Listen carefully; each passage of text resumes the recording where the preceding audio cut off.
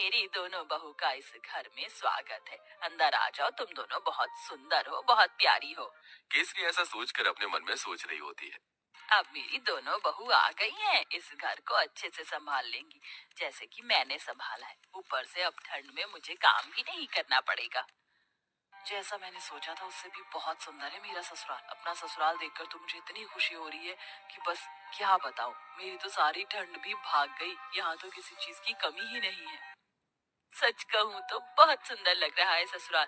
पहले तो मैंने बहुत गरीबी देखी है, लेकिन ससुराल में किसी चीज की कमी नहीं होगी क्योंकि सब बढ़िया है। दोनों बहू के चेहरे पर मुस्कान थी। तुम दोनों बहुत थक चुकी होगी और तुम्हें ठंड भी लग रही होगी। चलो, मैं तुम्हें तुम्हारे कमरे में छोड़ आती हूँ। उसके बाद तुम्हारी पहली रसोई की रस्म करेंगे। केसरी ऐसा कहकर अपनी दोनों बहू को उनके कमरे में लेकर जाती है, जहाँ दोनों बहू थोड़ी देर आराम करती हैं।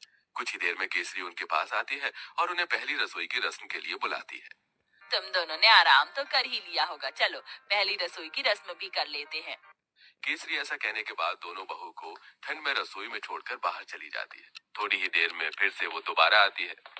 मुझे माफ कर देना, मैं तो तुम्हें सामान निकाल कर देना ही भूल गई। अभी देती हूँ। केसरी रसोई में आकर एक कटोरी लेती है और उसमें 6 चम्मच चीनी डालती है, 2 गिलास दूध निकाल कर रख देती है और साथ में 2 कटोरी चावल निकाल के डोंगे में रख देती है। ये रहा सारा सामान। अब तुम अच्छी सी स्वादिष्ट खीर बनाकर सभी के लिए मीठे में लेकर आ जाना। केसरी इतना कहकर रसोई से बाहर चली जाती है और दोनों बहू एक दूसरे की तरफ देख रही होती है। लगता है माँ जी हमें कुछ ज्यादा ही भली समझ रही हैं।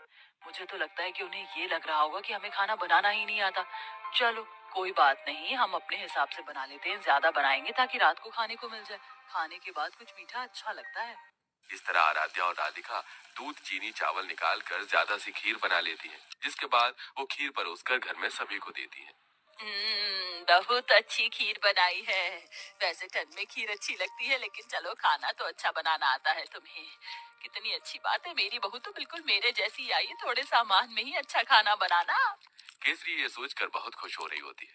वो कुछ देर बाद अपने कमरे में आराम करने चली जाती है। अब दोपहर का खाना बनाने की बारी आती है, तो दोनों बहू ठंड में रसोई में आती है। कुछ ही देर में केसरी भी रसोई में आती है। अरे इस वक्त तुम रसोई में क्या कर रही हो?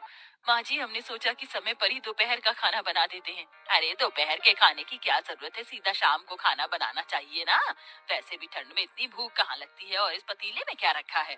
केसरी तब पतीले को देखती है तो उसके अंदर खीर होती है। हे भगवान, इतनी सारी खीर! तुम दोनों ने इतनी सारी खीर कैसे बना दी, जबकि मैंने तुम्हें सिर्फ 2 कटोरी चावल दिए थे, 2 गिलास दूध दिया था। अरे माँ जी, हमने ज्यादा इसलिए बना ली थी ताकि हम रात तक आराम से खीर खाते रहें। हे भगवान, तुम्हारा पेट है कि कुआं? आज के बाद ऐसा बिल्कुल नहीं होना चाहिए। जितना मैं सामान दूंगी उतना ही बनेगा। ठंड में इतना खाना कोई नहीं खाता। लेकिन माँ जी, लेकिन वेकिन कुछ नहीं। इस घर को चलाना है या घर की बर्बादी करनी है? आज से ही अपने कान में आटा लगा लो, फिर ये गलती नहीं होनी चाहिए। राम राम राम, इतनी सारी खीर देखकर कहीं आज मुझे हार्ट अटैक ही ना आ जाए। ऐसा बोलते बोलते केसरी अपने कमरे में चली जाती है और दोनों बहू ठंड में कांपते हुए एक दूसरे को देखती रह जाती हैं। फिर आती है रात को खाना बनाने की बारी। तो रात को जब खाना बनाने दोनों बहू ठंड से कांपते हुए रसोई में जाती हैं, उनसे पहले वहां केसरी मौजूद होती है। उसने पहले ही सब कुछ गिनती करके निकाला होता है। देखो बहू, ये एक बैंगन है, 4 आलू हैं, साथ में मैंने आटा निकाल कर रख दिया है। इस आटे में से केवल 10 रोटी बननी चाहिए। 2 मेरी, 4 तुम दोनों की और 4 दोनों मेरे बेटों की। ऐसा कहकर केसरी रसोई में चली जाती है। इस तरह दोनों ही बहू कंजूस सास से बहुत ज्यादा परेशान हो जाती हैं। रोटी बनाते बनाते आखिरी में 10 रोटी के बाद एक लोई रह जाती है। दोनों बहू वो भी बना देती हैं। तो इस बात पर भी केसरी उन्हें खूब सारी बातें सुना रही होती है।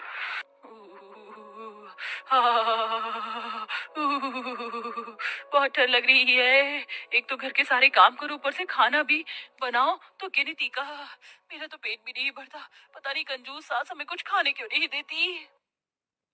सही बोल रही हो। ऊपर से रसोई में काम करते हुए ठंड लगती है। हमारी सास हमें एक हीटर भी नहीं ला कर दे सकती। वैसे मुझे बहुत जोरों से भूख लगी है। 2 रोटी में मेरा क्या होगा? एक आखिरी में 10 रोटी के बाद एक लोई रह जाती है। दोनों बहू वो भी बना देती हैं। तो इस बात पर भी केसरी उन्हें खूब सारी बातें सुना रही होती है।